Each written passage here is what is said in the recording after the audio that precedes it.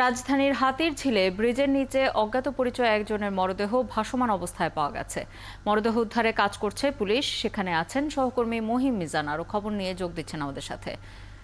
মহিম, কিভাবে সেখানে মরদেহটি এসেছে সে বিষয়ে কোনো ধারণা করছে কিনা পুলিশ সেটি জানাবেন, এবং মরদেহের পরিচয় সম্পর্কে কি কিছু জানা গেছে?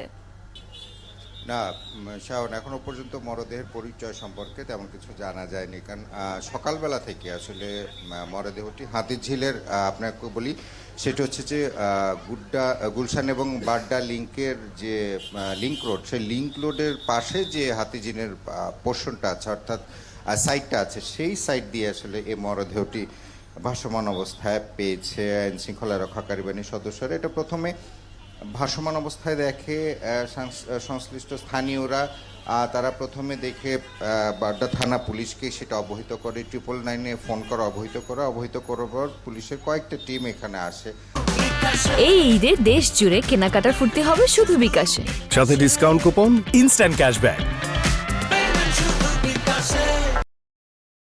এবং এখানে এসে একজনের সাহায্যে আসলে ভাসমান অবস্থায় এই মরদেহটি উদ্ধার করে।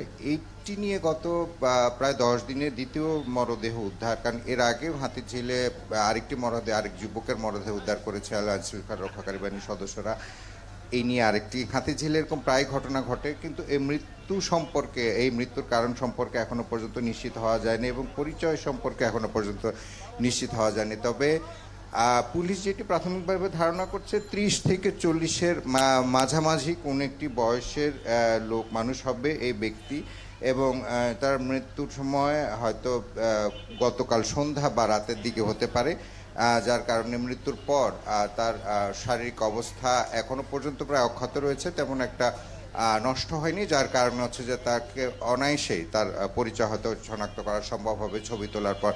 এখানে সিআইডির ফরেনসিক বিভাগ এসেছেন, ফরেনসিক ইউনিট এসেছেন, তারা প্রত্যেকটি জায়গা চুলচেরা বিশ্লেষণ করে ফরেনসিক করবার চেষ্টা করছেন, যাতে এই ব্যক্তিকে যদি হত্যা করা হয়ে থাকে তাহলে হত্যা কে করলো, কীভাবে করলো, সেই বিষয়গুলো যাতে স্পষ্ট হয়। আর যদি অন্য কোনো ঘটনা ঘটে থাকে সেটিও সিআইডির ফরেনসিক রিপোর্টে এরই মধ্যে বেরিয়ে আসবে। তো উদ্ধার কাজ শুরু হয়েছে, উদ্ধার হয়েছে, এখন ফরেনসিক সংগ্রহ করছে। আলামত সংগ্রহের পর নিশ্চয়ই আরো বিস্তারিত তথ্য আমরা জানতে পারবো। আপনি খবর রাখতে থাকুন মহিম, এরপরে নিশ্চয়ই আপনার কাছে ফিরবো আমরা প্রয়োজনে। আমাদের সাথে যুক্ত হয়েছিলেন সহকর্মী মহিম মিজান।